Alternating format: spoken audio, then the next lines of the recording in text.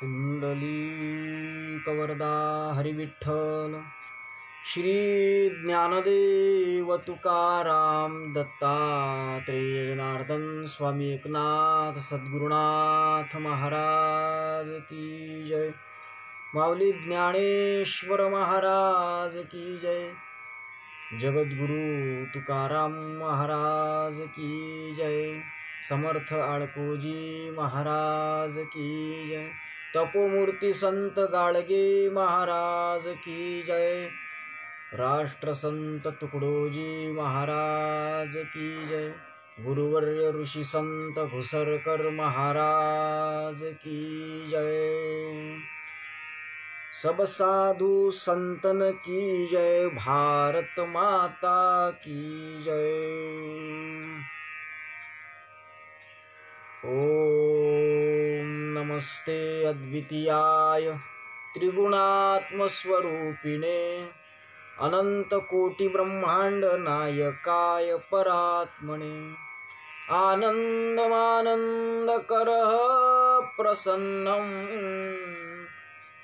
सत्यज्ञान स्वरूपं निजबोधयुक्तं योगीन्द्रमीड्यं भवरोगवैद्यं श्री सद्गुरुं नित्यं अहं नमामि।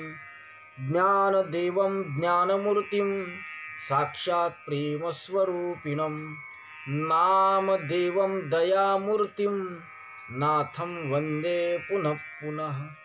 वैराग्यस्य परामूर्तिं देहोक्षेत्रनिवासिनं तुकारामं महाराष्ट्रे भक्तराज चतुष्टकं श्रीमञ्जुळा हृन्मणिमाणिकेशं श्रीखञ्जरीशं जनहृन्निवेशं श्रीग्रामगीताजनकं प्रशान्तं सद्गुरु राष्ट्रसन्तं सततं नमामि। ॐ ध्येयं सदा परिभवग्नमभीष्टदोहं तीर्थास्पदं शिवविरञ्चि नृत्यं शरण्यं भृत्यार्तिहं प्रणतपालभवाब्धिपोतं वन्दे महापुरुषते चरणारविन्दम्। राष्ट्रसंत गिरोद्गीर्णं ग्रामकल्याणचिन्तनं दीनार्तकरुणापूर्ण ग्रामगीतामृतं महत् शास्त्रसिद्धान्तानुगतं गुरुवाक्येषु सम्मतं स्वानुभूतिप्रमाणञ्च ग्रामगीतामृतं महत्। विदर्भी गर्जिली ज्यांची समन्वयी वाणी वाल्मिकी राष्ट्रसंत अनुचर महर्षी म्हणोनी अपुलिया कवन प्रवचने राष्ट्रधर्म शिकवितो ऐशा संतवरा गुरुवरा श्री घोसरकरा वंदितो ऐशा संतवरा गुरुवरा श्री घोसरकरा वंदितो सद्गुरुनाथ महाराज की जय। हम हो पुजारी तत्व के गुरुदेव के आदेश के सच प्रेम के नित नेम के सद्धर्म के सत्कर्म के हो चीढ़ झूठी राह की अन्याय की अभिमान की सेवा करण को दास की परवाह नहीं हो जान की सद्गुरुनाथ महाराज की जय।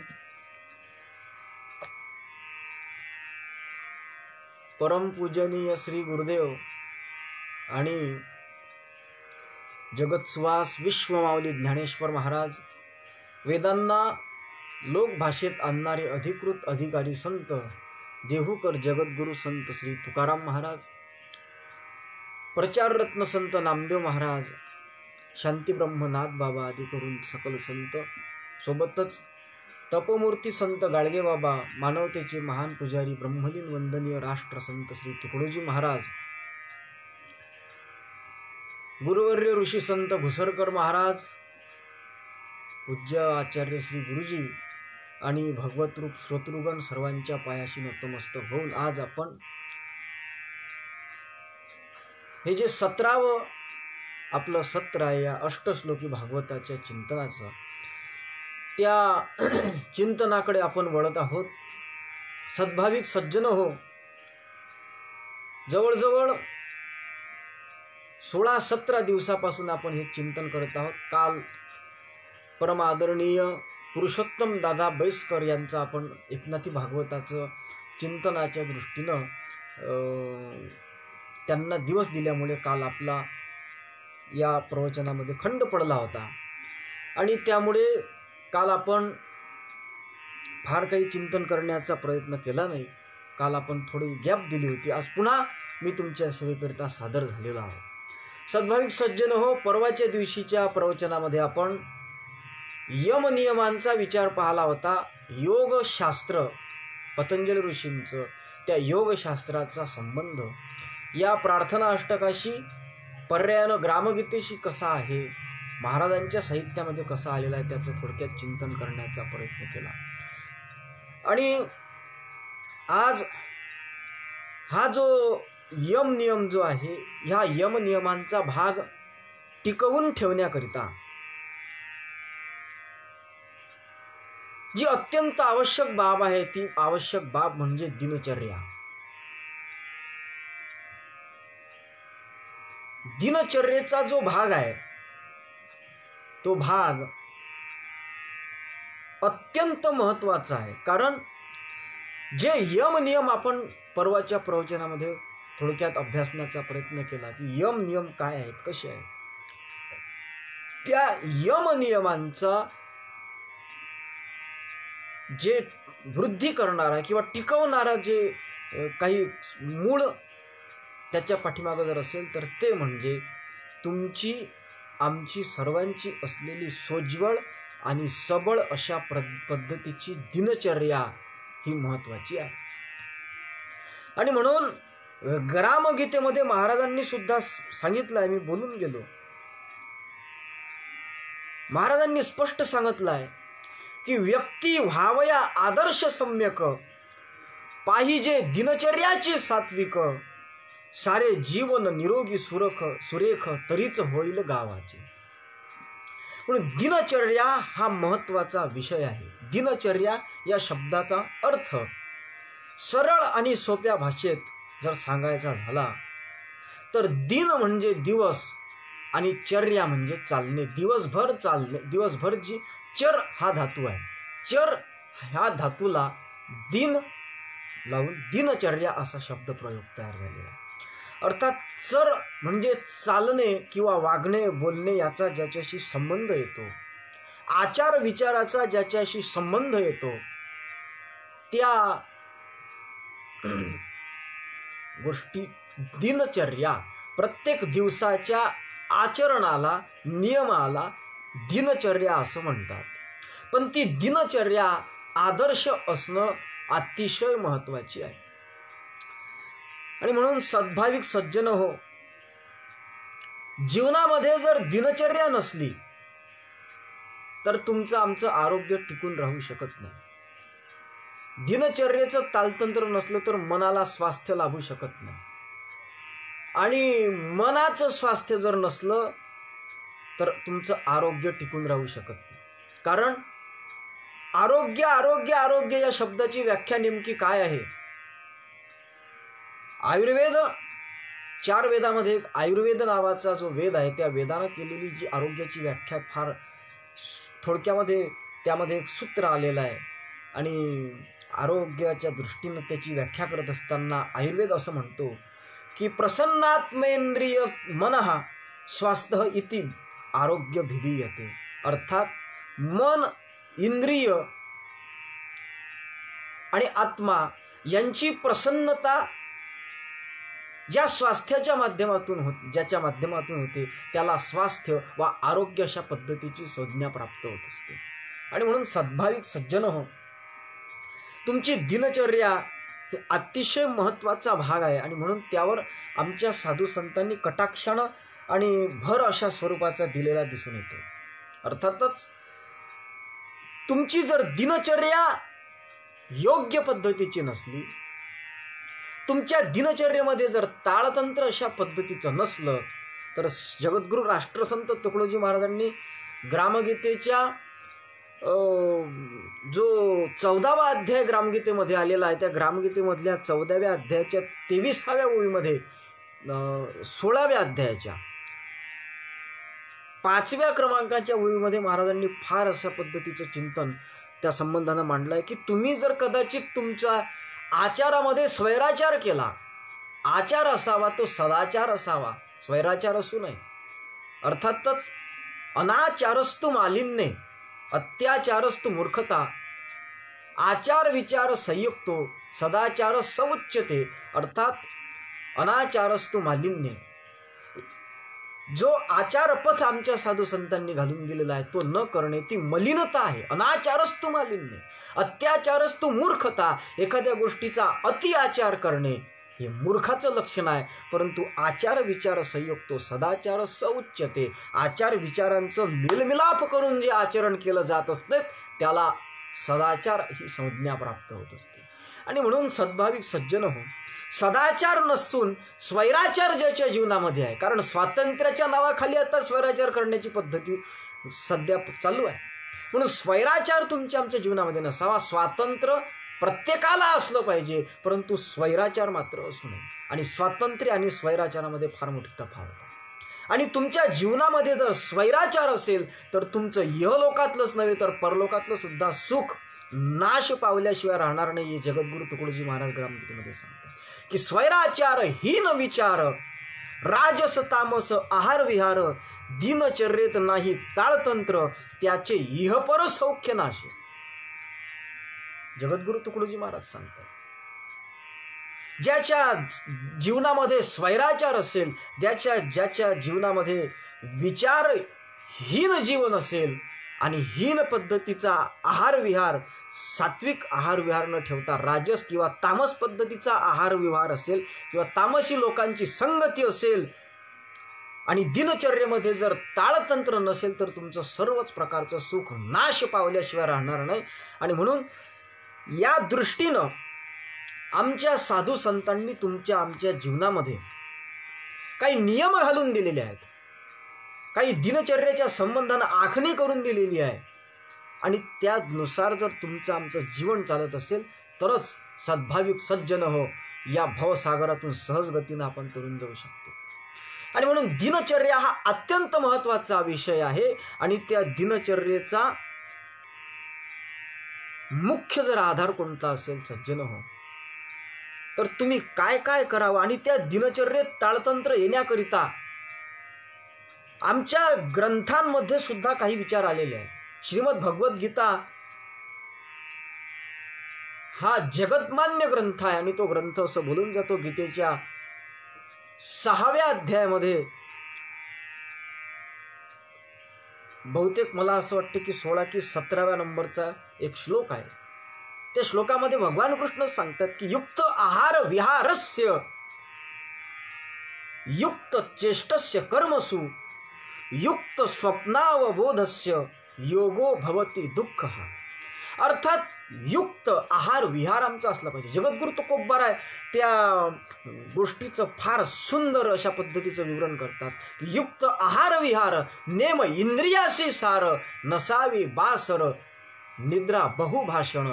आणि जगद्गुरु राष्ट्रसंत तुकडोजी महाराजांच्या ग्रंथामध्ये सुद्धा, ग्रामगीतेसारख्या ग्रंथामध्ये सुद्धा तो विचार आलेला आहे की पवित्र मीत आहार विहार, निद्रा थोडी शांती फार, सदा प्रसन्नता मुखावर, चालता बोलता. ग्रामगीतेच्या 7व्या अध्यायामध्ये आहे.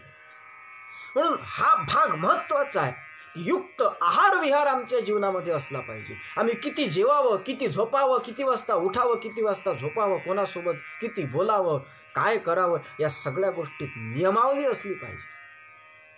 या गोष्टी करण्याचा निश्चय आमचा असला पाहिजे. आणि याच गोष्टी आमच्या जीवनातून चुकत आहेत, याच ठिकाणी आम्ही हुकत आहोत. आणि म्हणून मला एक वाक्य बोलावं असं वाटते की या जगामध्ये, मी जगामध्ये म्हणतोय, जगामध्ये ज्यांना बुद्धिहीन अशा पद्धतीचं किंवा ज्ञानहीन अशा पद्धतीचं समजल्या जातं, जड अशा पद्धतीचं ज्यांची बुद्धी आहे असं समजलं जातं, ज्यांना कुठल्याही प्रकारचं ज्ञान नाही अशा पद्धतीचं समजलं जातं, त्या पशु पक्षवादिकांचे, जनावरांचे दवाखाने एकही नाही. आत्ता कुठं गाई म्हशींचे दवाखाने आणि डॉक्टर उदयाला आलेले आहेत, परंतु माणसांचे दवाखाने इतके वाढलेले आहेत की दुर्दैव आहे. ज्या देशामध्ये आयुर्वेदासारखा ग्रंथ आहे, ज्या देशामध्ये राष्ट्रसंतांसारखे नवे नवे सर्व संत ग्रंथ तुम्हाला आदर्श दिनचर्येच्या माध्यमातून, ज्या देशाची निसर्गोपचाराची नॅचरोपॅथीची परंपरा आहे, तथागत भगवान गौतम बुद्धांसारखे महापुरुष सुद्धा त्यावेळेस नॅचरोपॅथीचा उपयोग करत होते. आमचे ऋषीमुनी सुद्धा नॅचरोपॅथीचा उपयोग करत होते, निसर्गोपचाराचा उपयोग करत होते.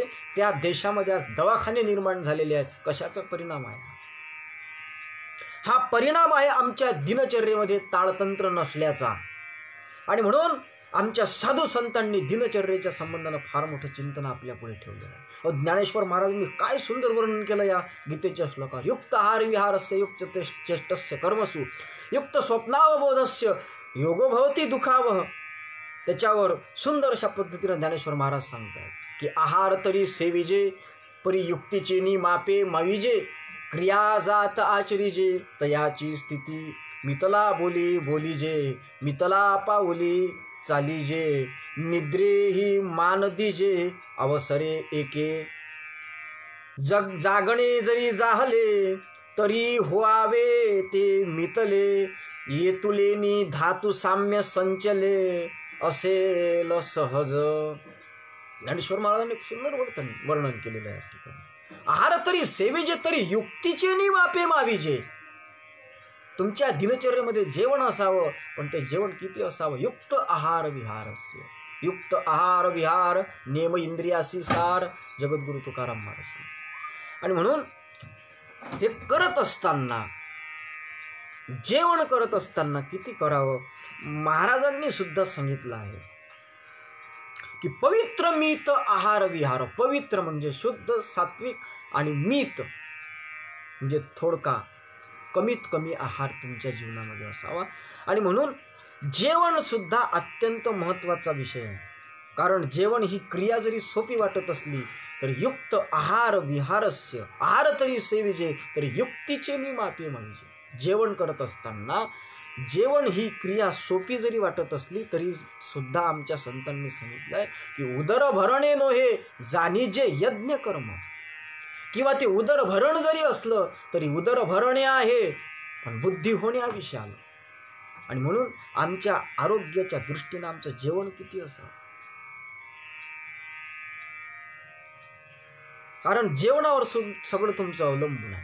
आपल्या देशामध्ये उपनिषदांची परंपरा आहे. त्या उपनिषदामध्ये छांदोग्य उपनिषद नावाचं जे उपनिषद आहे, त्या छांदोग्य उपनिषदामध्ये असं सांगितलेलं आहे की आहार शुद्धो सत्वशुद्धी, सत्वशुद्धो ध्रुवा स्मृती, स्मृती ध्रुवा सर्व ग्रंथीना विप्रमोक्ष.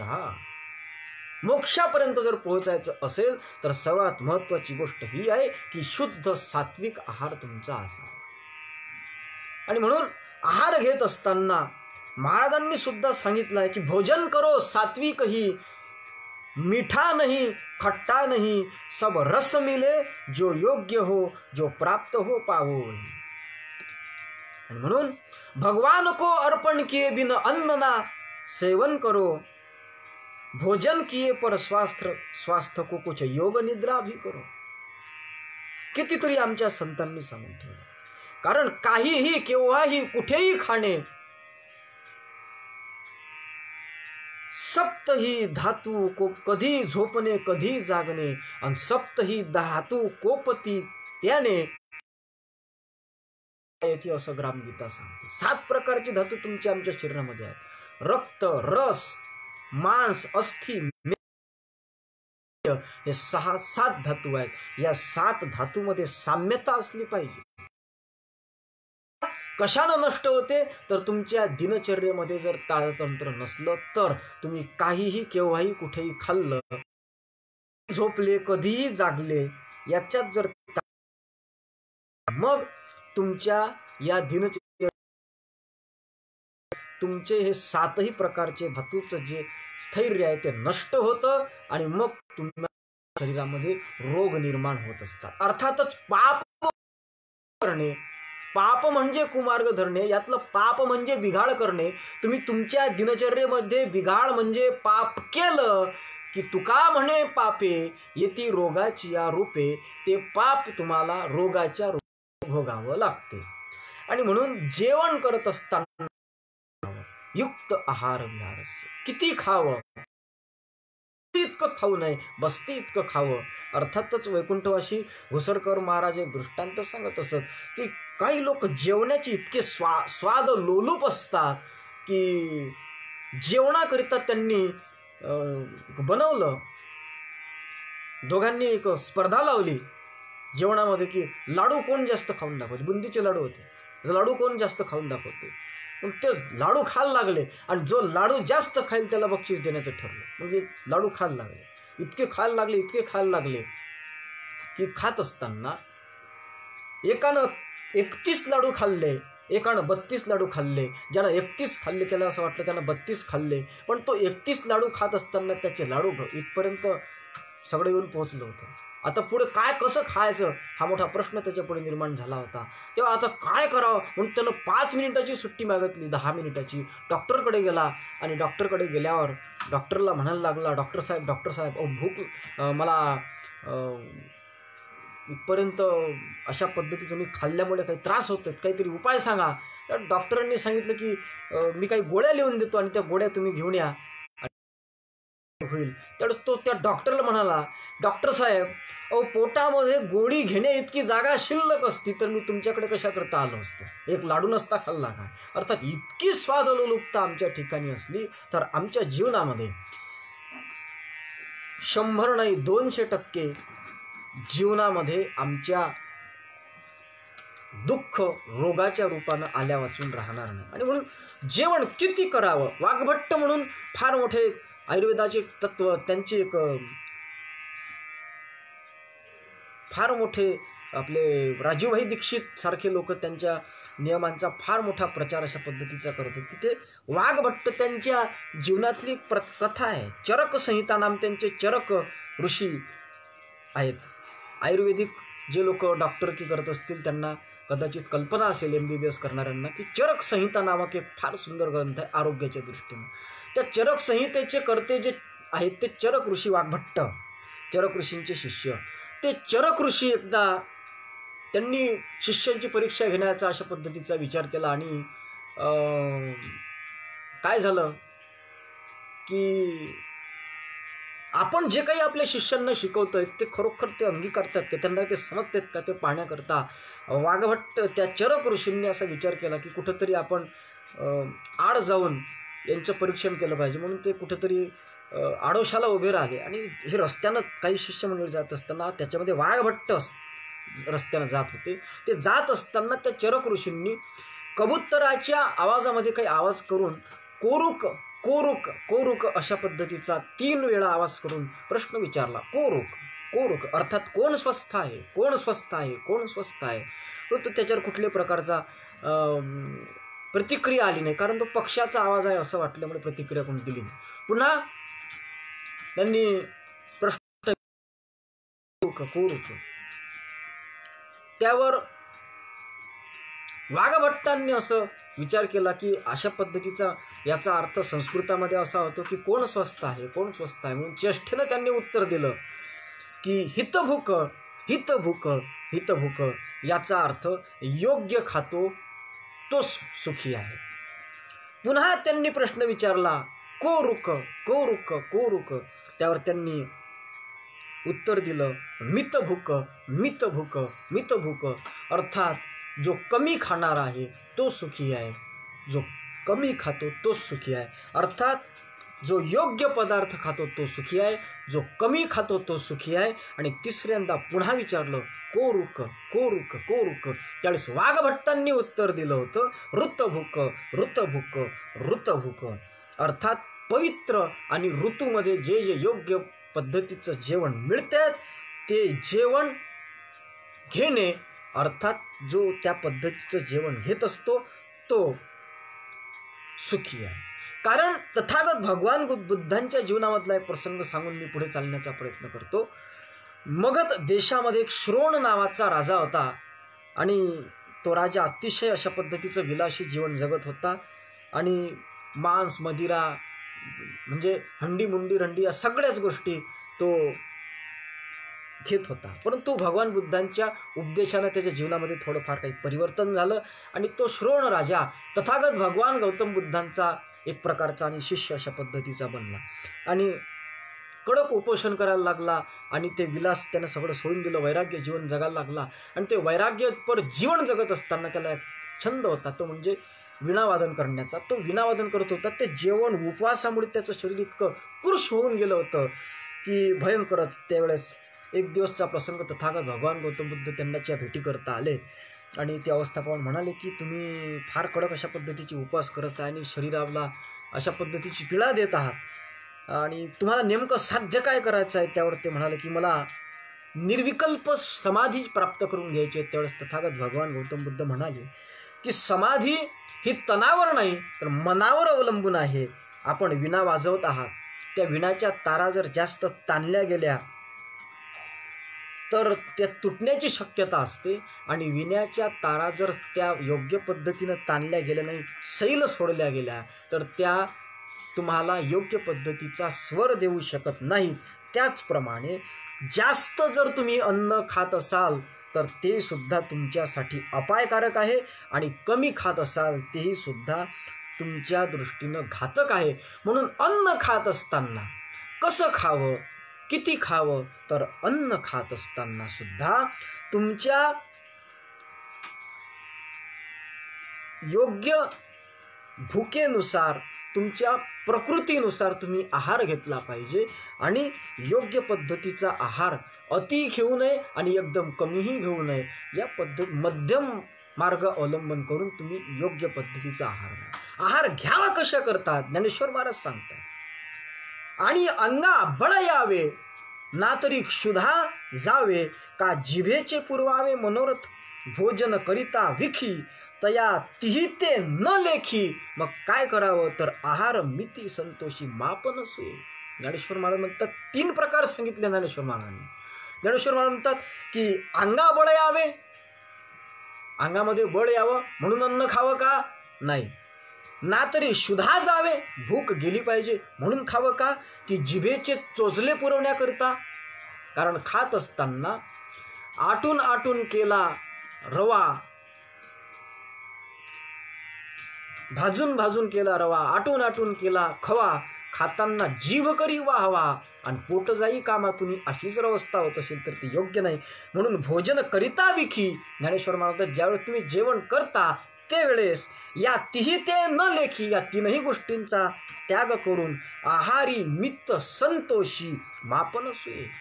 घेत असताना योग्य पद्धतीचं युक्त आहार विहारस्य युक्त चेष्टस्य कर्मसु, हे जो विषय आमच्या संतांनी सांगितला. म्हणून आहार घेत असताना युक्त अशा पद्धतीचा घ्यावा. वाग्भट्टांनी सांगितलं ऋतभूक ऋतभूक ऋतभूक, मितभूक मितभूक, हितभूक, या 3 प्रकारचा आहार घ्यावा. आहे मी तुमच्या समोर 1-2 प्रसंग सांगितले. आणि म्हणून आहार घेत असताना आहार तरी से विजय परी युक्तीचे नि मापे विजय. आणि म्हणून आहार घेत असताना सुद्धा तुमच्या दिनचर्येमध्ये ताळतंत्र असलं पाहिजे. ताळतंत्र नसेल तर तुमच्या जीवनामध्ये काळतंत्र आल्याशिवाय राहणार नाही. आणि म्हणून काहीही कुठेही केव्हाही खाणे, कधीही झोपणे, कधीही जागणे, सप्तही धातू कोपती जेणे, रोगरूपाने फळा येते. हा जो विषय मी तुमच्यासमोर मांडला. कारण अहो आम्ही कुठं खात चाललो. आता आमच्या जीवनामध्ये घरचे जेव्हा लोक कुठं जात असत त्यावेळेस घरून डबा घेऊन जात होते आणि डबा घेऊन जाऊन तिथं जेवण करत होते. पण आताची परिस्थिती काय झाली आहे. आताची परिस्थिती ही झाली आहे की आम्ही डबा नेत नाही. त्याचं कारण आमच्या रस्त्यावर धाबा आहे आणि जेव्हापासून जेवणाकरिता आम्ही डबा सोडून धाबा वापरतो आहे त्यावेळेस धाबाचं जर उलट केलं तर जी बाधा होते ती बाधा धाबा आमच्या जीवनात आल्यापासून ती बाधा सुद्धा आमच्या जीवनात आलेली आहे. आणि म्हणून आमचे संत सांगतात हॉटेली खाणे मसना जाणे, ऐसे बोलती शहाणे, त्यावरी नाना तिखट व्यसने, आग्या वेताळासारखी. आमच्या वाशिम जिल्ह्यामध्ये एक गिरी महाराज होऊन गेलेले आहेत, गणपतबुवा गिरी, लाडेगाव, वाशिम जिल्ह्यामध्ये. त्या लाडेगावचे गणपतबुवा गिरी त्यांनी फार सुंदर एक भजन लिहिलं आहे. ते काही लोक तुकडोजी महाराजांचं नावानं म्हणत आहेत, परंतु ते भजन खऱ्या अर्थानं गणपतबुवा गिरी, लाडेगाव, वाशिम जिल्हा त्यांचं आहे. ते म्हणतात की वैसे तो जीते यहाँ कीडे मकोडे, हॉटेल में खाता फिरता भजिए पकोडे, अरे रात दिन करता फिरता बुराई, तेरे किए पर तुझको शर्म नाही. म्हणून ह्या पद्धतीचा जर आहार आमच्या जीवनामध्ये असेल तर त्या आहाराच्या माध्यमातून आमच्या जीवनामध्ये आम्ही जर आमच्या दिनचर्येमध्ये ताळतंत्र ठेवणार नाही, बिघाड करू, तर तो दिनचर्येमध्ये केलेला बिघाड म्हणजेच पाप आहे. कारण पाप म्हणजे बिघाड करणे. दिनचर्येमध्ये बिघाड करण्याचं पाप आम्ही केलं की हे पाप तुका म्हणे पापे येती रोगाची या रूपे, रोगाच्या रूपानं आमच्या जीवनात आल्याशिवाय आम्हाला भोगायला भाग पडल्या वाचून राहणार नाही. हा महत्वाचा भाग आहे. आणि म्हणून हा दिनचर्या तुमची आमची या पद्धती असली पाहिजे. मी जेवणावर का जास्त भर दिला त्याचं कारण हे आहे की शास्त्र असं सांगते की दीपो भक्षयते ध्यात्तम कज्जलम च प्रसूयते.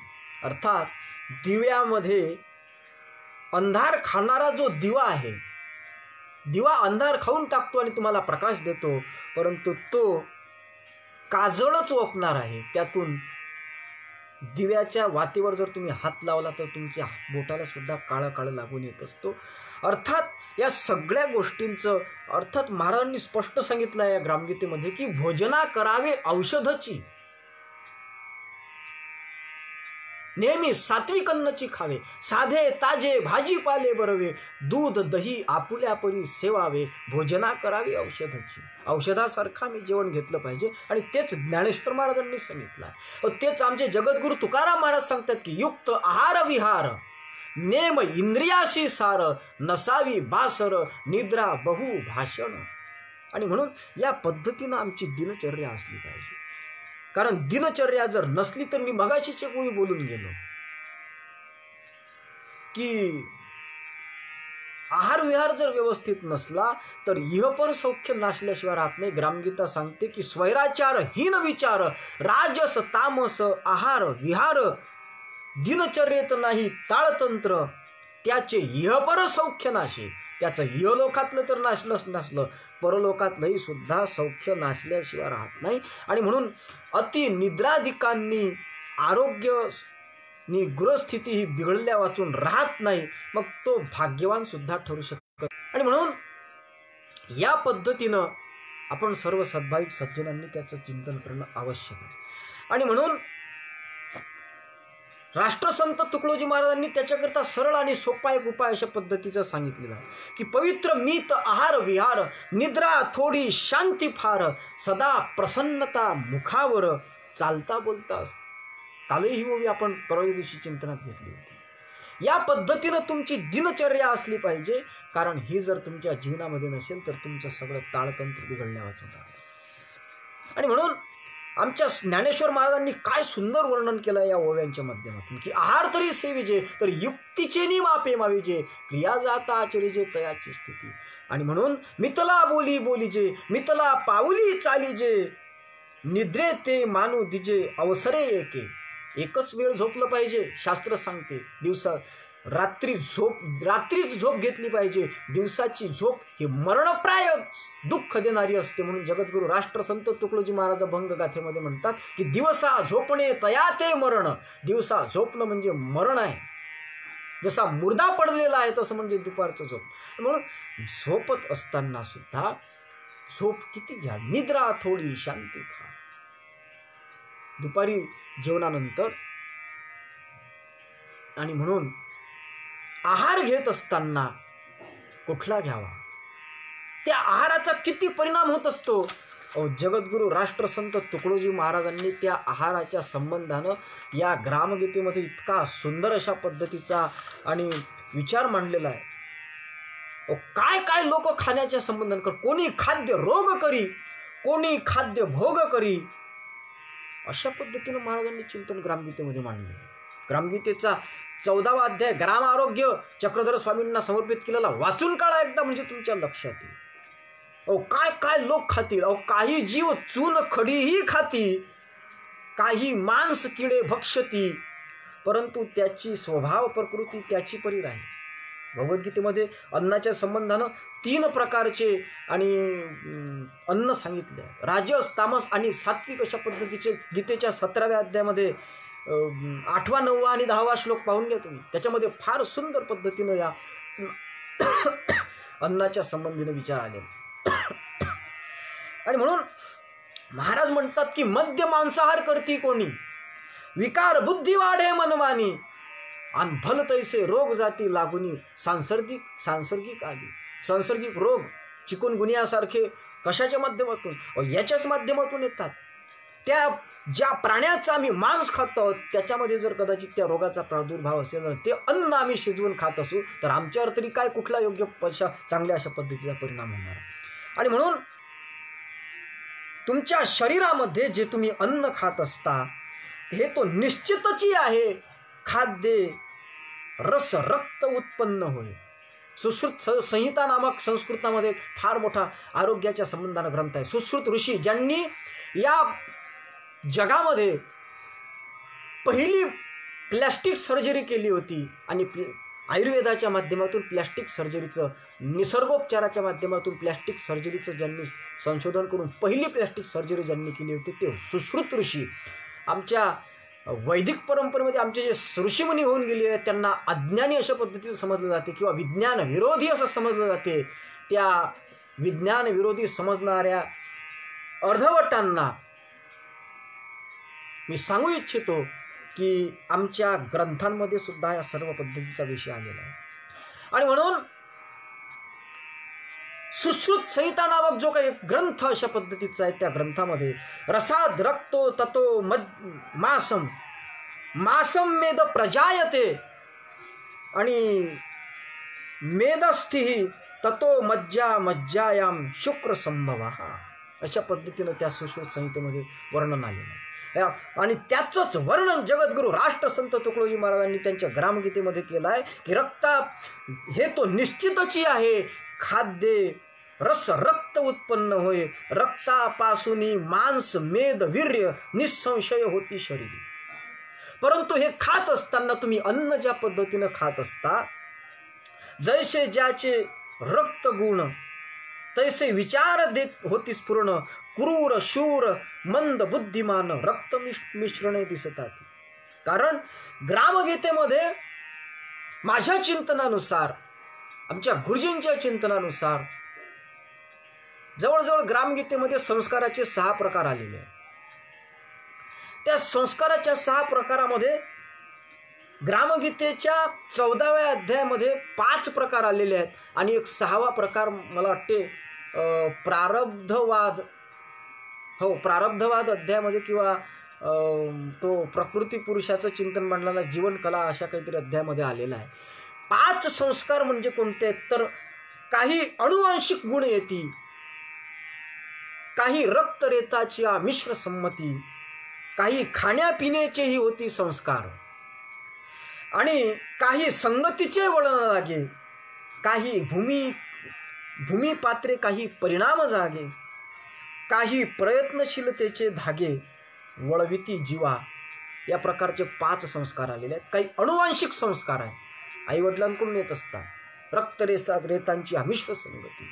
आणि काही संस्कार हे खाण्यापिण्यातून होत असतात, काही संस्कार हे संगतीच्या माध्यमातून होत असतात. आमच्या विदर्भामध्ये ग्रामीण भाषेमध्ये एक म्हण म्हटली जाते, ढवळ्या शेजारी पोवळ्या बांधला, गुण नाही वान नाही पण गुण आला.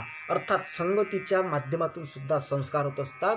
आणि 4था संस्कार भूमिपात्रे काही जागेचे सुद्धा संस्कार असतात. मला विस्तार करू इच्छित नाही कारण संस्कार या विषयावर स्पेशली आपण जर कदाचित प्रवचन करण्याचा योग आला तर त्यावेळेस मी याचा विचार करील.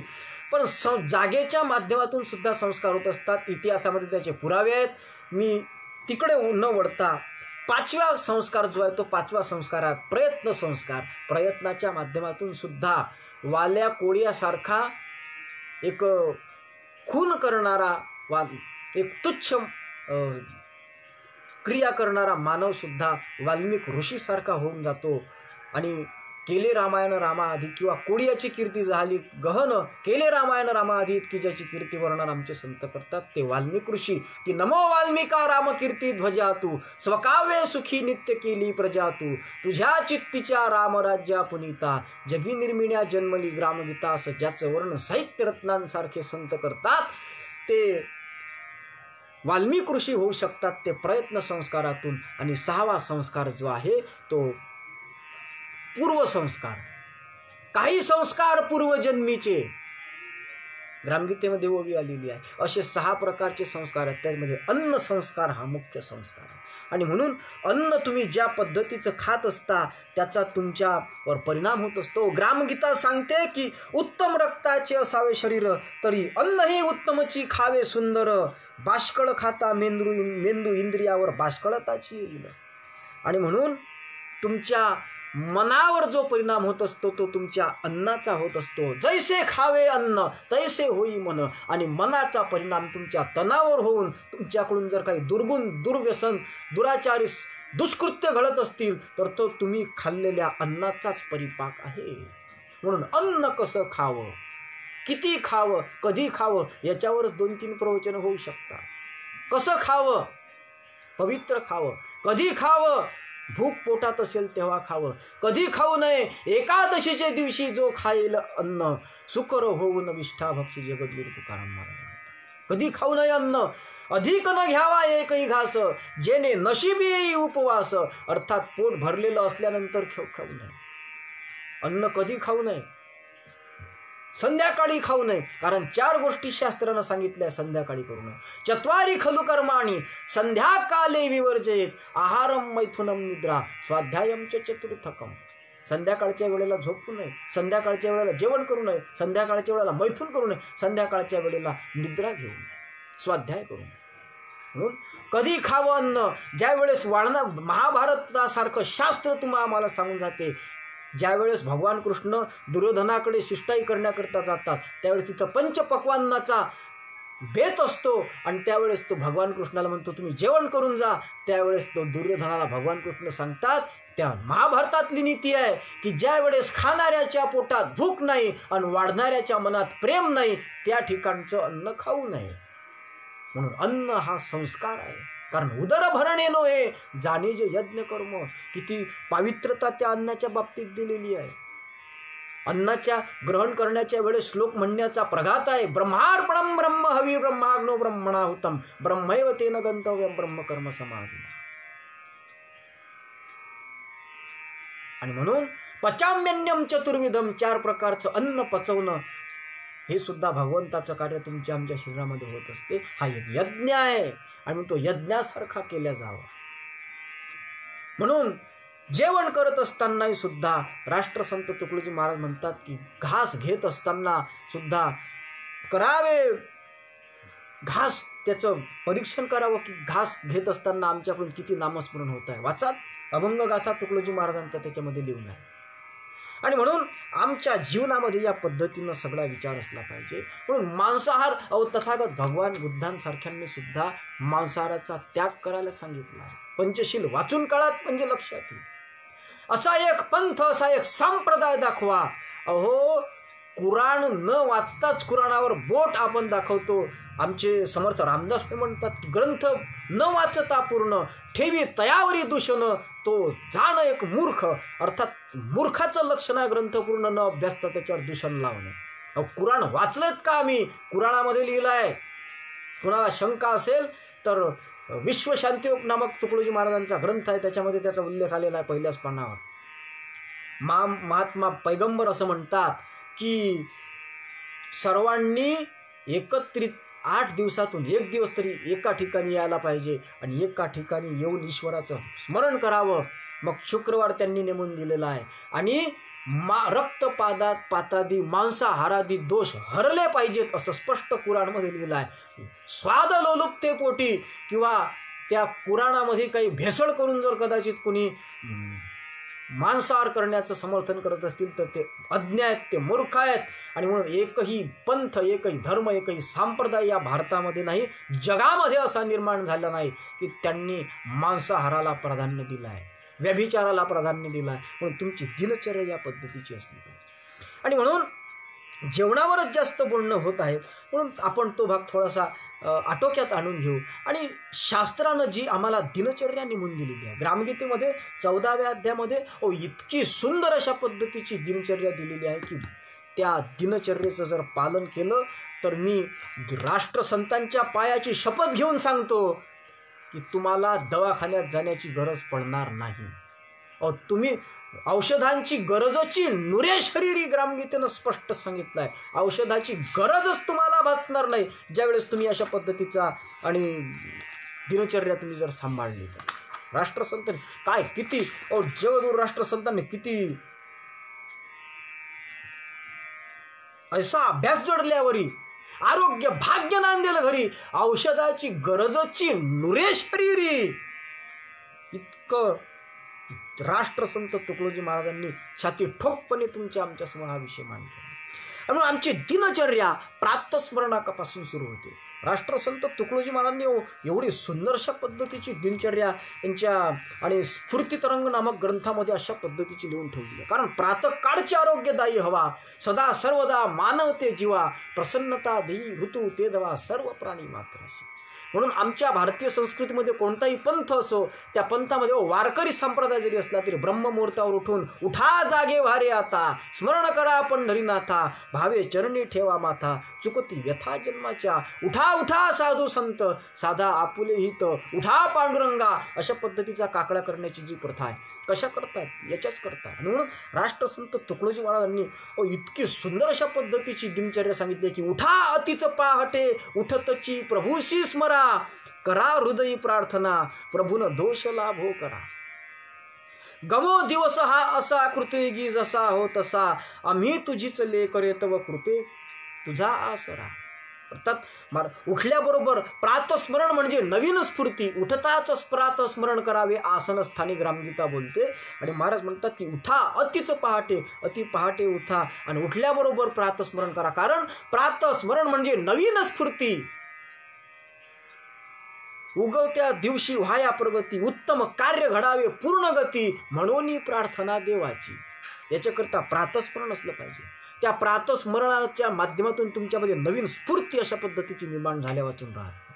आणि म्हणून उठोनी मग झाकटी, दूरदिशेस जावे झणी, करावी अति स्वच्छता, धुवनी दंत हे लक्ष्मी, नमुनी तई भानुला परत शीघ्र यावे घरा, मिळो कुणी श्रेष्ठसे नमुनी वाकवावे शिरा. सूर्याचं दर्शन सकाळी उठल्याबरोबर घेण्याची प्रथा होती, आता कुठं गेलं सूर्यदर्शन. आणि म्हणून त्वरे भरून या घटा धरुनी स्नान थंड्या जले, कारण शीत जल स्नानाचे महिमान ग्रामगीतेमध्ये स्पष्ट लिहिलेलं आहे. शीत अशा पद्धतीचं जर स्नान केलं तर सज्जन हो, त्या शीत जल स्नानाचं सुद्धा इतकं महत्व आहे की पहाटेश शौच मुखमार्जन, त्याने वायुदोषाचे होय शमन, शरीरी नवा जोम निर्माण होय निर्मळपण लावून. कारण सकाळचा जो ओझोन वायूचा पट्टा आहे तो जर तुम्हाला ओझोन वायू प्राप्त झाला तर तुमच्या शरीरामध्ये नव चैतन्य निर्माण झाल्यापासून राहणार. सकाळी सकाळी दोहता गाय म्हैस, त्यात अधिक अशी सार तत्वांश संतवांश महाराज ग्रामगीते म्हणतात. अधिकच आहे सकाळची. तुम्ही तू पहा, अरे सकाळी सर्व पक्षी सुद्धा आपल्या व्यवहाराकरता जागृत होऊन जातात. पक्षी सुद्धा सकाळी उठतात. फक्त माणूसच असा आहे की तो झोपून राहतो. सर्व वने राणे जागे होती, पुष्पे सारी विकास पावती, सकाळच्या वेळेला फुलं पहा कसे टवटवीत दिसतात. म्हणून सकाळचं पशु पक्षी नेहमी उठती प्रातःकाळी. म्हणून पहाटे ह्या सगळ्या गोष्टी आपल्याकडून घडल्या पाहिजे. ही आदर्श दिनचर्या तुमच्या जीवनामध्ये असली पाहिजे. आणि म्हणून त्या सकाळी सकाळी करावे उष्यपान, त्याच्यानंतर शीतजल स्नानाचे महिमान.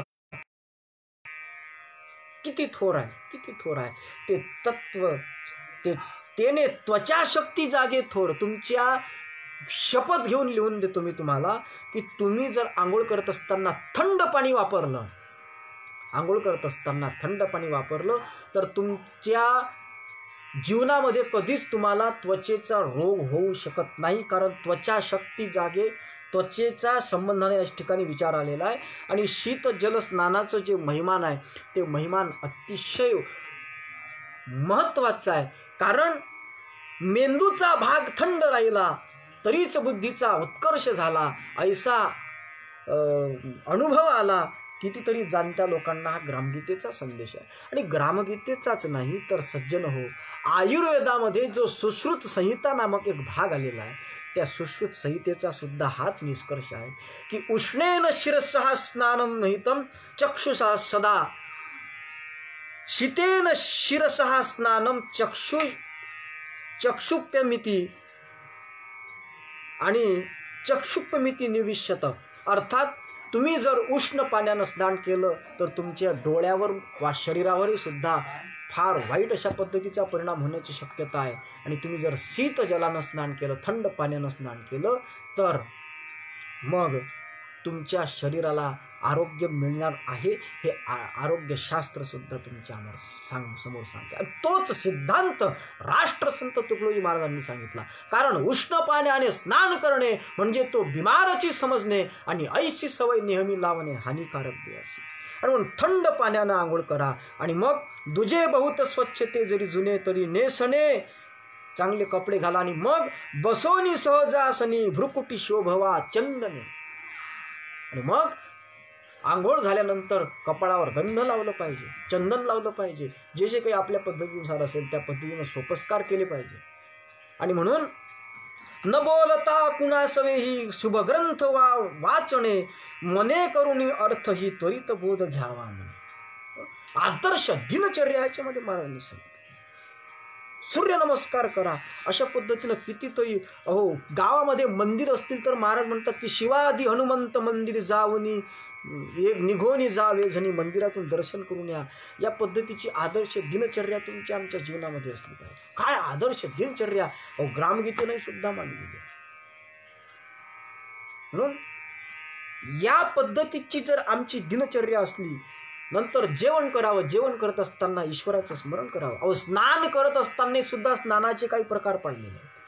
काय लोकांमध्ये आता ते स्नान करताना काय काय प्रकारचे प्रसाधनं वापरतात. पण आमचे ज्ञानेश्वर महाराज ज्ञानेश्वरमध्ये वेदाचा आधार घेऊन सांगतात की आंघोळ करत असताना मातीनं घासून त्यावर जर थंड पाण्यानं आंघोळ केली तर शुद्धता शरीराची अशा पद्धतीचे ज्ञानेश्वर महाराज सांगतात की मृत्तिका आणि जळे बाह्य येणे मळे निर्मळू निर्मळू होय बोले वेदाचे ज्ञानेश्वर महाराज वेदामध्ये स्पष्ट सांगितलं आहे की माती लावून जर तुम्ही आंघोळ केलं थंड पाण्यानं तर तुम्हाला कोणत्याही प्रकारचा त्वचा रोग होणार नाही आणि तुमचं शरीर सुद्धा स्वच्छ आणि सुंदर अशा पद्धतीचं झाल्या वाचून राहणार.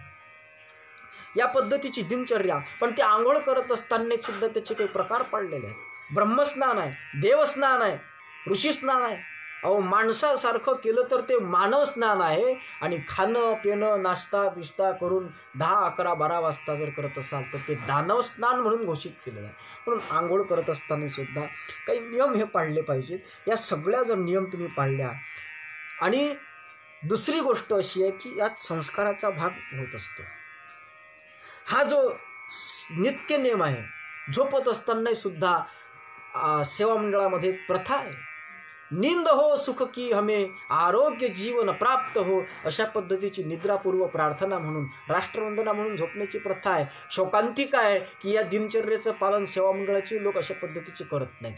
किती लोक निद्रापूर्व प्रार्थना म्हणून झोपतात, किती लोक उठल्याबरोबर प्रातस्मरण करतात. याचं जर चिंतन केलं तर सगळ्याचं उत्तर नाहीकडेच येईल. कदाचित होऊ शकते 99 पैकी 100 पैकी 1-2% लोकच फक्त ह्या गोष्टी पाळत असतील.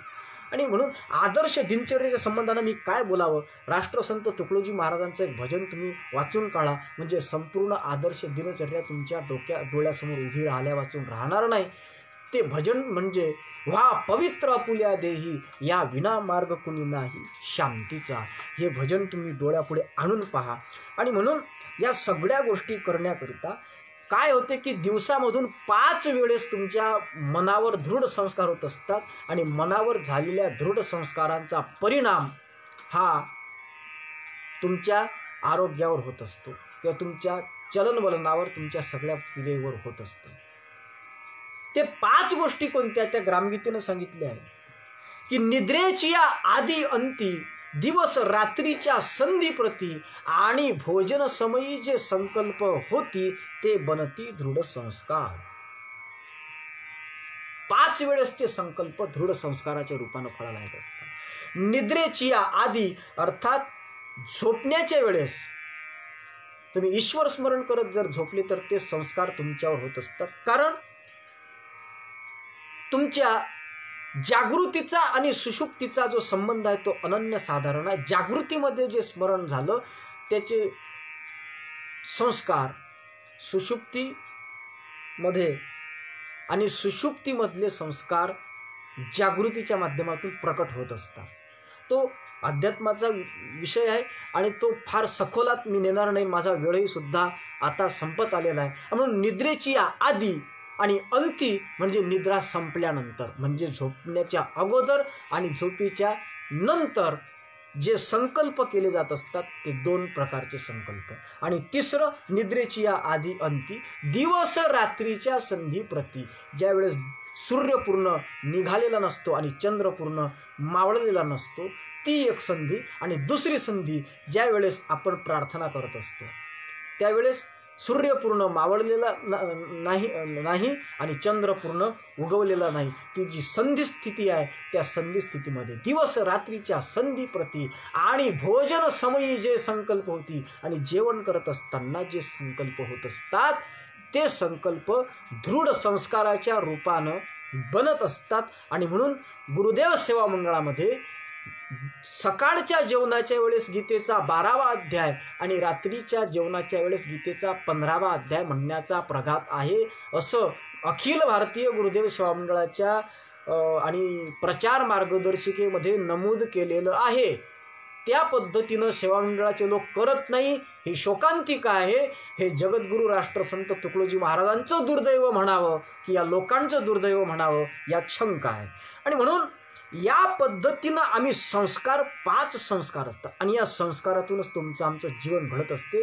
पण या पद्धतीची दिनचर्या, या पद्धतीच्या दिनचर्येच्या माध्यमातून होणारा मनावरचा परिणाम आणि मनाचा शरीरावर होणारा परिणाम, त्यातून तुमचा सगळा व्यवहार चालत असतो. आणि म्हणून संस्कार जर दुष्परिणामकारी तुमच्या जीवनामध्ये दृढमूल होऊ नये असं वाटत असेल तर त्याकरिता नियमांचा मुख्य आधार मजबूत पाहिजे निर्धार आणि त्यावरीच उत्कर्षाची मदार, ऐहिक आणि आध्यात्मिक दोन्ही प्रकारची तुमची जी प्रगती आहे ती प्रगती तुमच्या दिनचर्येवर अवलंबून आहे आणि ती दिनचर्या तुमच्या नियमाच्या निर्धारावर अवलंबून आहे. म्हणून भक्तिसूत्र, नारदांचं भक्तिसूत्र सांगते की भवतु निश्चय दार्ढ्यात दुर्ध्वम शास्त्र लक्षणम. निश्चय असला पाहिजे. काही कोणती गोष्ट करायची असेल तर निर्धार पाहिजे मनाचा, त्याच्या वाचून काही होऊ शकत नाही. कारण हे संस्कार जे तुमचे बनत असतात दिनचर्येच्या माध्यमातून, त्या संस्काराचाच परिणाम तुमच्या जीवनामध्ये दिसून येत असतो. त्याच्या संबंधानं राष्ट्रसंत तुकडोजी महाराजांनी आणि त्यांच्या सुधा सिंधुकी लहरीमध्ये एक दृष्टांत सांगितला. तो दृष्टांत सांगून आणि थोडंसं एक चिंतन मांडून आपण थांबण्याचा प्रयत्न करणार. महाराजांनी एक दृष्टांत सांगितला की एक ब्राह्मण होता, ज्योतिषामध्ये पारंगत अशा पद्धतीचा होता आणि त्यांनी स्वतःच्या पत्नी ज्यावेळेस गर्भवती राहिली त्यावेळेस त्यानं आपल्या पत्नीचं भविष्य पाहिलं आणि त्यातून त्यानं असा निष्कर्ष काढला की माझा जो होणारा अशा पद्धतीचा जी संतती आहे ती चोर अशा स्वरूपाची निघणार आहे, चोरांची संगती करून चोरी करणारी अशा पद्धतीची निघणार आहे. मग काय आहे की तो ज्यावेळेस जन्माला आला तर जन्माला यायच्या अगोदर पोटातची असता जीव पडून जतन करावा संस्कारे, हा ग्रामगीतेचा संदेश कदाचित त्या ब्राह्मणानं कधीतरी वाचला असावा आणि त्यानं त्याच्या माध्यमातून त्याच्यावर संस्कार टाकण्याकरिता काय केलं की शिवलीलामृतामध्ये जो काही एक भाग आलेला आहे की अशा पद्धतीचं जर पाप केलं तर अशा पद्धतीचं भोगावं लागते, तशा पद्धतीचं चोरी केली तर हे करावं लागतं, असे काही भाग आले. तर ते चोरीपासून परावृत्त करण्याकरिता त्याला त्या पद्धतीचं प्रशिक्षण गर्भातूनच त्यानं देण्याचा प्रयत्न केला. आणि गर्भाच्या नंतरही सुद्धा त्याला काही ग्रंथ शिकवले की अशा पद्धतीचं केलं तर अशा पद्धतीचं पाप होते, असं केलं तर तशा पद्धतीचं पाप होते. अशा पद्धतीचं ते जेव्हा चर्चा झाली, त्या मुलाला संस्कार टाकले गेले, त्या संस्कारानुसार त्याला वळण लाभलं. मग काय झालं की प्रारब्ध आहे, दैवम अन्यत्र चिंतयत मनसा चिंतयत कार्यम, दैवम अन्यत्र चिंतयत, त्याला प्रारब्ध म्हणतात. किंवा प्रारब्ध प्रारब्ध प्रारब्ध या शब्दाची जी काही व्याख्या अशा पद्धतीचे काल सुंदर अशा पद्धतीनं आमच्या डॉक्टर किमयाताई आमले यांनी प्रारब्धाच्या संबंधानं विचार मांडलेले आहे. प्रारब्ध प्रारब्ध प्रारब्ध म्हणजे काय, नेमकं प्रारब्धाची अशा पद्धतीची आणि व्याख्या काय आहे. तर प्रारब्ध म्हणजे प्रकर्षेण आरब्ध इति प्रारब्ध प्रकीर्तितः, अर्थात प्रकर्षानं जे तुमच्या जीवनामध्ये तुम्हाला भोगावंच लागतं त्याला प्रारब्ध अशा पद्धतीचं म्हणतात. त्यावेळेस मग प्रारब्धामध्ये जे लिहून आहे ते कसं, सुख दुःख भोग सारे चुकतीनं हे कुणाला, संत देव साधू राजा किंवा प्रजेला. आणि म्हणून भोग प्रारब्धामध्ये जे आहे ते होणारच आहे, होणारे ते चुके न केव्हा, अशी अटळ असल्यामुळे गहनो कर्मणागती असल्यामुळे त्या प्रारब्धानुसार तो चोरांच्या संगतीत गेला आणि चोरांच्या संगतीत जाऊन त्या चोराशी त्याचा संबंध आला. त्याच्या मनामध्ये सुद्धा चोरी करण्याचा एक भाव निर्माण झाला. आणि तो भाव निर्माण झाल्याच्या नंतर काय झालं की ती चोरी करत असताना ती चोरी करण्याकरिता त्या चोरासोबत एका राजाच्या महालामध्ये गेला. आणि त्या ठिकाणी काही सुताराचं काम चालू होतं, फर्निचरचं काम चालू होतं. जात असताना त्यानं त्या राजदरबारातल्या सोबतच्या चोरांनी चोरी केली. बऱ्याच काही गोष्टी त्यांनी आपल्या थैलीमध्ये भरून घेतल्या. पण ज्यावेळेस हा ब्राह्मणाचा पोरगा त्यांच्यासोबत चोरी करण्यासाठी गेला तेव्हा त्यांना एक एक वस्तूला हात लावल्यानंतर नाही ही वस्तू जर चोरली तर अशा अशा पद्धतीचं पाप होते, आपल्या वडिलांनी शिकवलं. ही वस्तू चोरली तर अशा अशा पद्धतीचं पाप होते. असं करत करत तो प्रत्येक वस्तू ठेवत गेला. आणि तो प्रत्येक वस्तू ठेवता ठेवता ठेवता ठेवता त्याला एकही वस्तू नेण्याकरिता आपल्या ग्रंथशास्त्रामध्ये कुठंतरी अशा पद्धतीची तरतूद केली आहे असं आढळलं नाही. त्यावेळेस त्यानं त्या ठिकाणी फर्निचरचं काम चालू असताना तो तिथं भुसा पडला होता, तो भुसा उचलला. कारण चोरीचे संस्कार होते, चोरी तर केलीच पाहिजे म्हणून ते चोरी त्यानं केली. पण तो भुसा उचलला आणि निघायला लागला. तेव्हा ते चोर चतुर असल्यामुळे ते निघून गेले. परंतु हा मात्र तिथल्या शिपायाच्या हाती लागला. आणि त्या शिपायानं काय केलं की त्या शिपायानं त्याला सांगितलं, अरे काय कुठं चाललाय, काय घेऊन चालला. तो म्हणाला की काही नाही. तो खरं बोलण्याचे संस्कार त्याच्यावर असल्यामुळे तो त्या ठिकाणी सांगितलं की मी चोरी करायला लागलो. म्हणजे काय चोरलं, म्हणजे भुसा चोरला. म्हणजे कसं काय, भुसा चोरणार कधी, काय भुसा काय चोरायची गोष्ट आहेत का. त्यावेळेस त्या ब्राह्मणाच्या पुराणात सांगितलं काय झालं, मी आलो पाहावं एक एक वस्तू उचलली, पण ती वस्तू उचलल्यावर ही वस्तू उचलली तर अशा पद्धतीचं पाप होते, अशा पद्धतीचे भोग भोगावे लागतात, अशा पद्धतीचे संस्कार माझ्यावर होते. परंतु मला जे धर्मशास्त्र माझ्या वडिलांनी शिकवलं त्याच्यामध्ये भुसा चोरल्यानं पाप होते अशा पद्धतीचे कुठे तरतूद नसल्यामुळे मी हा भुसा चोरला. आणि मग ते पाहिल्यावर त्या शिपायाला थोडं आश्चर्य वाटलं आणि त्याने म्हटलं की ठीक आहे ही चोरी नाही, अरे तू खरं बोलला आहे आणि तू भुसा चोरला आहे, मान्य केलं, ही चोरी नाही गड्या, तुला याचं बक्षीस देऊ इच्छितो. तेव्हा त्या मुलानं असं म्हटलं की विनाकारण कुठल्याही गोष्टीचं बक्षीस घेणं हे सुद्धा आमच्या धर्मशास्त्रीय निर्णयानुसार अयोग्य अशा पद्धतीचं मानलं गेलेलं आहे. त्याचाही सुद्धा आमच्या शास्त्रामध्ये अशा पद्धतीची तरतूद नसल्यामुळे मी तुमचं बक्षीस स्वीकारू शकत नाही. इतके संस्कार दृढ त्याच्यावर जे करले गेले होते त्या संस्काराचा परिणाम हा झाला होता की त्याच्या जीवनामध्ये तो चोर जरी प्रारब्धानुसार होणार होता तरी सुद्धा त्या प्रयत्नाच्या माध्यमातून, त्या संस्काराच्या माध्यमातून त्याच्या जीवनामध्ये अशा पद्धतीचं परिवर्तन घडून आलं. आणि म्हणून तुमच्यामध्ये जे संस्कार दृढमूल होत असतात त्या संस्कारातूनच तुमच्या जीवनाला आकार येत असतात. आणि म्हणून आमच्या संस्कार शिबिराचं प्रामुख्यानं आयोजन प्रयोजन आणि प्रसार करणाऱ्या आणि नियोजन करणारी जी आमची श्री गुरुदेव राष्ट्रधर्म प्रचार समिती आहे, या राष्ट्रधर्म प्रचार समितीचं ते ब्रीद वाक्यच आहे की संस्कारो आकारो वर्तते, संस्कारानं जीवनाला आकार येतो आणि त्या आकारानुसार तुमचं वर्तन होत असते आणि म्हणून ते संस्कारानं जीवनाला आकार येत असतो आणि म्हणून ते संस्कार तुमच्या दिनचर्येमध्ये नित्य रोज असले पाहिजे. रोज रोज अनुभवना आहे, ही अनुभवण्याची प्रक्रिया तुमच्या जीवनामध्ये रोज असली पाहिजे. या पद्धतीचे नित्यनेम जर तुमच्या जीवनामध्ये असले तर मग मात्र ऐसे नियम जडल्यावरी आरोग्य भाग्य नांदेर घरी आणि औषधाची गरजची नुरे शरीरी, अशा पद्धतीची अवस्था आम्हाला प्राप्त झाल्या वाचून राहणार नाही. आणि म्हणून या निर्धारानं ही दिनचर्येचा जर अभ्यास आपण सांभाळून केला तर मग मात्र राष्ट्रसंत तुकडोजी महाराज म्हणतात की सदाचार नित्यनेमे घ्यावे, ग्रामगीते 44व्या अध्यायात म्हणतात. आणि म्हणून हा नित्यनेमाचा सदाचार जर तुमच्या आमच्या जीवनामध्ये असला तर सज्जन हो, आपण खऱ्या अर्थानं नित्यनेमाचे पुजारी झाल्या वाचून राहणार नाही. धावत्या वेगामध्ये संकल्पित वेळेत या नित्यनेमाचा विचार करण्याचा प्रयत्न पाहिला, कारण 2-4 दिवस झाले आपण नित्यनेमाचा विचार करतो, आपण नित्यनेम काही संपत नव्हते आणि म्हणून मोठ्या प्रयत्नानं धावत्या वेगात कितीतरी पॉईंट कुठं कदाचित काही सुटले असतील, काही कुठं गडबड झाली असेल बोलताना, पण त्या सगळ्या गोष्टीचा थोडक्यात परामर्श घेत आपण या ठिकाणी आदर्श दिनचर्येच्या संबंधानं विचार करण्याचा प्रयत्न केला. होऊ शकते त्यात काही मुद्दे सुटले असतील, काही लोकांच्या अपेक्षा पूर्ण झाल्या नसतील की यांनी हा विषय मांडायला पाहिजे होता, तो विषय मांडायला पाहिजे होता, परंतु मी माझ्या परीनं या ठिकाणी हा विषय मांडण्याचा प्रयत्न केला. आणि म्हणून हा आदर्श दिनचर्येचा भाग जर तुमच्या आमच्या जीवनामध्ये असला पाहिजे, कारण त्याशिवाय ईश्वराची कृपाही होऊ शकत नाही. वा त्याशिवाय होणारी जी कृपा आहे ती आमच्या संतांनी धिक्कारलेली आहे. राष्ट्रसंत तुकडोजी महाराजांचं एक सुंदर भजन तुमच्यासमोर म्हणतो.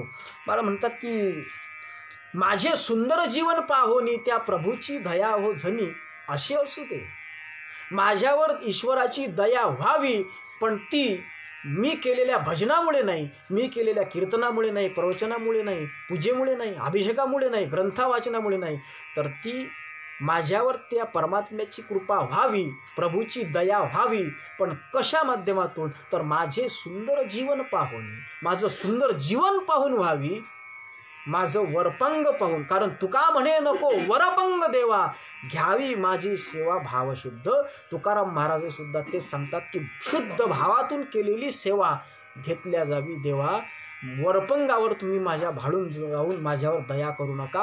हे जगद्गुरू तुकाराम महाराजही सांगतात, राष्ट्रसंत तुकडोजी महाराजही सांगतात आणि ज्ञानेश्वर महाराजही सुद्धा सांगतात की एरते पांडवा वाणिज्य करणे, व्यापार करणे आहे दुसरं.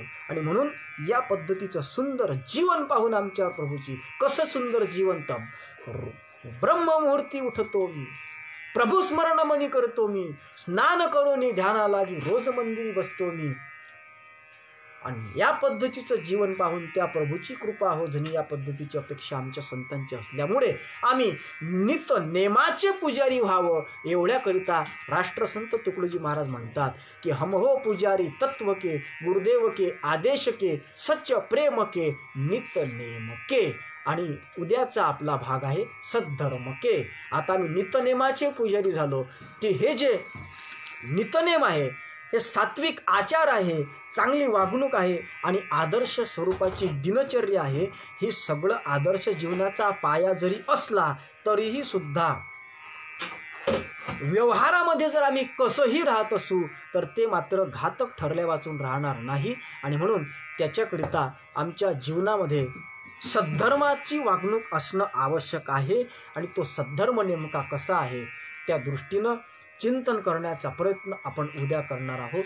आणि म्हणून याच ठिकाणी थांबत असताना आजची जर कदाचित काही कमी जास्त झाले असेल तर तरी न्यूनते पुरते अधिकते सरते, करुणी घेयावे हे तुमते विनवतू असे. आणि अशा पद्धतीची विनंती करून एक आजची महत्त्वाची सूचना, आज रात्री ठीक 8 ते 9 या वेळेमध्ये या फेसबुक पेजवर आमच्या सर्व लोकांच्या आग्रहास्तव ज्यांनी या पेजची निर्मिती केली आहे त्यांनीच याच्यावर अजूनपर्यंत प्रवचन केलं नाही, आपला चेहरा दाखवला नाही आणि लोकांचे प्रवचन ठेवत आहेत. म्हणून आमच्या सर्वांच्या आग्रहास्तव या पेजवर या पेजचे निर्माते आणि वारकरी संप्रदायाचे निष्ठावंत उपासक हरिभक्तीपरायण निखिल महाराज कुबडे यांचं नारदीय भक्ती सूत्रामधील जे दुसऱ्या क्रमांकाचं सूत्र आहे, सा तस्मिन परम प्रेम स्वरूपा, त्या सूत्रावर फार सुंदर अशा पद्धतीचं विवेचन होणार आहे. त्या विवेचनाचाही सर्व सद्भाविक सज्जनांनी आणि लाभ अशा पद्धतीचा घ्यावा अशी एक विनंती करून आजच्या या प्रवचनाच्या समारोपाच्या निमित्तानं अखिल भारतीय गुरुदेव स्वामींच्या तत्वप्रणालीनुसार शांती पाठ्याचा पुष्प अर्पण करून या प्रवचनाला पूर्णविराम देऊया. सर्वेत्र सुखिनः सन्तु, सर्वे सन्तु निरामयः, सर्वे भद्राणि पश्यन्तु, मा कश्चित् दुःखमाप्नुयात्. ओम शांति शांति शांति. सद्गुरुनाथ महाराज की जय. कुंडलीक वरदा हरिविठ्ठल श्री ज्ञानदेव तुकाराम दत्तात्रेय जनार्दन स्वामी एकनाथ सद्गुरुनाथ महाराज की जय. माऊली ज्ञानेश्वर महाराज की जय. जगद्गुरु तुकाराम महाराज की जय. समर्थ अडकोजी महाराज की जय. तपमूर्ती संत गाडगे महाराज की जय. गुरुकुंज बिहारी राष्ट्रसंत तुकडोजी महाराज की जय. गुरुवर्य ऋषि संत घुसरकर महाराज की जय. सब साधु संतन की जय. भारत माता की जय. जनता जनार्दन की जय. जय गुरु.